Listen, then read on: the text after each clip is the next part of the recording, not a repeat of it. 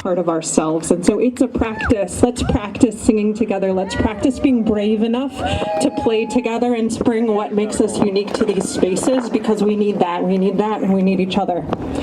All right, next up, cowbell. I want to bring, and more cowbell, as that person said, you bet.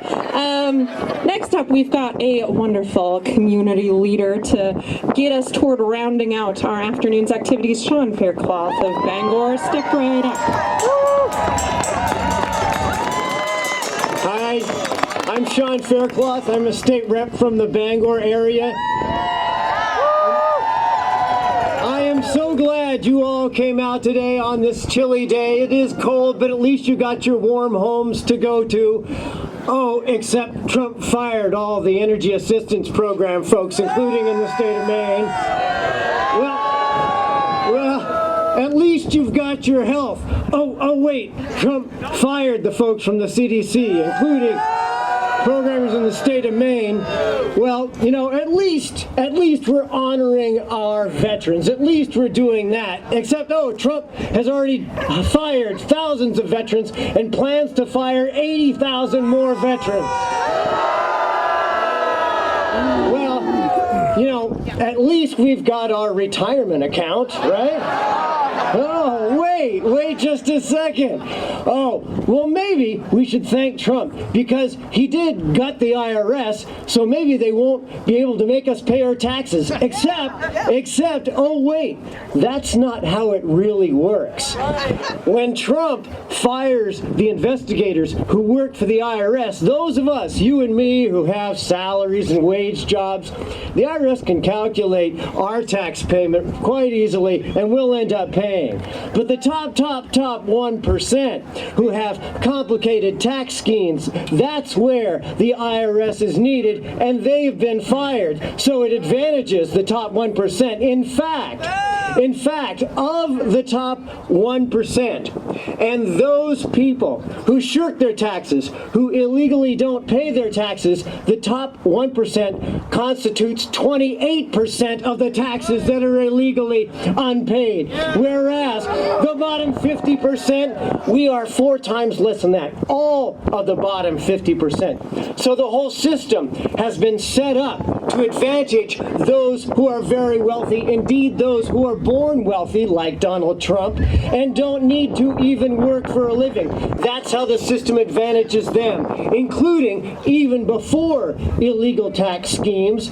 They have a tax system that is so tremendously in their favor. And all of the topics that you've heard our speakers discuss today could be dramatically improved if the wealthy paid their fair share. If they paid their fair share.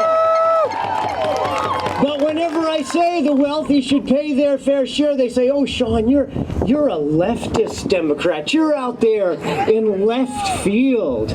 Well, gosh, I feel so bad about that.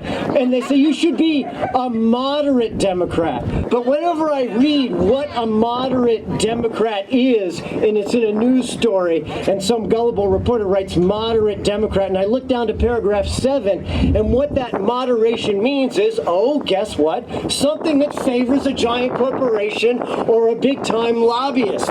That's what it's meant by a moderate Democrat. So let me quote one of these radical left-wingers, a radical left-winger who said that the very wealthiest, the top 1%, that they are unanimous in their hatred of me, and I welcome their hatred. That radical leftist was Franklin Delano Roosevelt, the most popular president ever. The most popular president in 100 years. The top marginal rate when FDR was president in peacetime was 79% at the top marginal rate. Jack Kennedy, that radical leftist, the top marginal rate was 77%. That was his policy for the top marginal rate. This is somehow considered radical left. Well, guess what I think? I think maybe that if you are to the right of JFK, born in 1917, And if you're to the right of FDR, born in 1882, then maybe you're the one who's on the right and we're the ones who are in the middle. Maybe we are the moderate middle. That we are standing for the working people. That we are standing with what's right for this country. And I will tell you, it is not going to be easy. It is not going to be easy, and I so thank you and all of the other speakers for standing up today, because our democracy is on the line, and we need to have the courage to change it. You know, Donald Trump, he engages in activities like the first thing he did after he was inaugurated was he pardoned the January 6th insurrectionists, which directly encourages violence.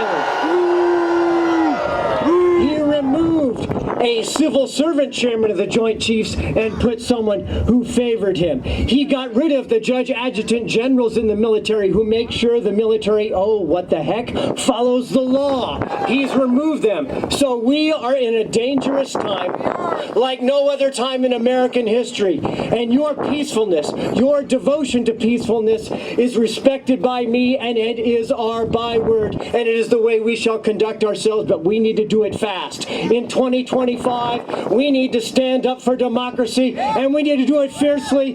We must do it in Augusta. We must do it in Washington. We must do it now, because we won't be able to do it in 2026. This is our time. This is the time when we are challenged to stand up for the democracy of this nation. And if we don't do it, this is our last chance. Be fierce, be peaceful, but be forever strong. God bless America.